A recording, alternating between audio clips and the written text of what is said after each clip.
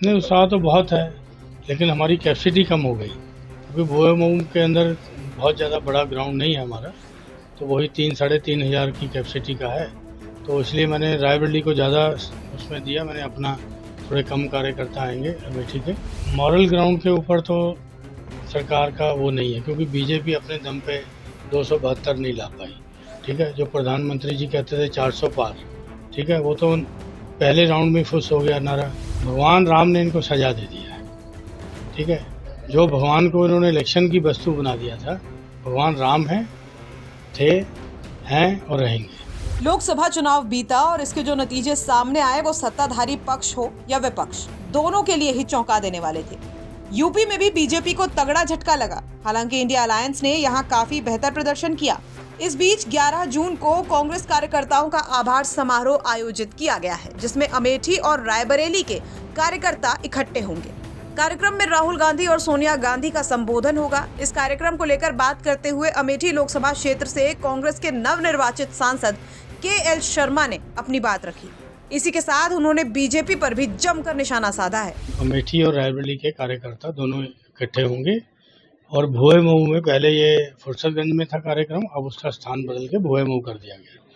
तो भुए मऊ के अंदर हमने 3 बजे का कार्यकर्ताओं को टाइम दिया है कि 3 बजे आके अपना स्थान ले लें। उसके बाद फिर राहुल जी उनको संबोधन करेंगे, सोनिया जी संबोधन करेंगी, प्रियंका जी संबोधन करेंगी, उनको कार्यकर्ताओं का धन्यवाद देंगी और उसके बाद ये कार्यक्रम समाप्त हो जाएगा। ठीक है, तो ये कार्यक्रम है। चुनाव के बाद पहला कार्यक्रम है, इसको किस तरह से उत्साह देखने मिल रहा है? नहीं, उत्साह तो बहुत है, लेकिन हमारी कैपेसिटी कम हो गई क्योंकि भुए मऊ के अंदर बहुत ज़्यादा बड़ा ग्राउंड नहीं है हमारा, तो वही 3-3.5 हज़ार की कैपेसिटी का है। तो इसलिए मैंने रायबरेली को ज़्यादा उसमें दिया। मैंने अपना थोड़े कम कार्यकर्ता आएंगे अमेठी के, लेकिन ये होगा कि अगर स्थान परिवर्तन ना होता तो फिर शायद हम लोग ज़्यादा कार्यकर्ताओं को कर सकते थे। लेकिन इसके बाद फिर हम लोग विधानसभा और ब्लॉक स्तर तक भी अभी प्लान कर रहे हैं कि उस तरह के जो भी संगठन तय करेगा फिर उस रूप से भी होंगे। अगर देखा जाए तो अमेठी में आप जीते, जो जीत का जश्न था, लेकिन जो सरकार है वो नहीं बदल पाई। क्या लग रहा है उसको किस तरह से विकास कार्य को गति दी जाएगी? ये देखो, मॉरल ग्राउंड के ऊपर तो सरकार का वो नहीं है, क्योंकि बीजेपी अपने दम पे 272 नहीं ला पाई। ठीक है, जो प्रधानमंत्री जी कहते थे 400 पार, ठीक है, वो तो पहले राउंड में फुस हो गया नारा। फिर तो उन्होंने कहा ही नहीं 400 पार, तो 400 पार का नारा उनके लिए उल्टा पड़ गया।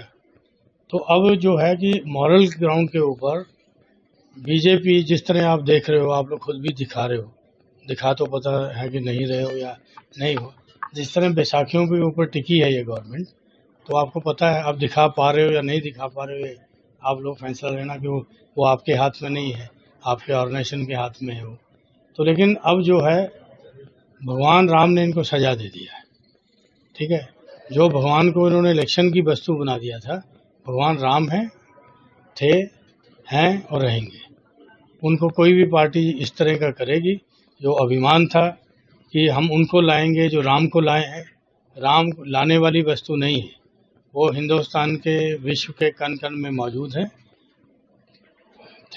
हैं और रहेंगे। विकास की गति किस तरह होगी रायबरेली अमेठी की? नहीं, देखिए, जो भी हमारा, क्योंकि राहुल जी का है और मेरा जो प्रयास होगा कि मेरी भी एक कॉन्स्टिट्यूंसी रायबरेली में पड़ती है, तो हम लोग कोशिश ये करेंगे कि जितना भी हम गवर्नमेंट से विकास के काम ले पाएँ, क्योंकि हम सांसद के नाते हमारा अधिकार होता है विकास के कामों में।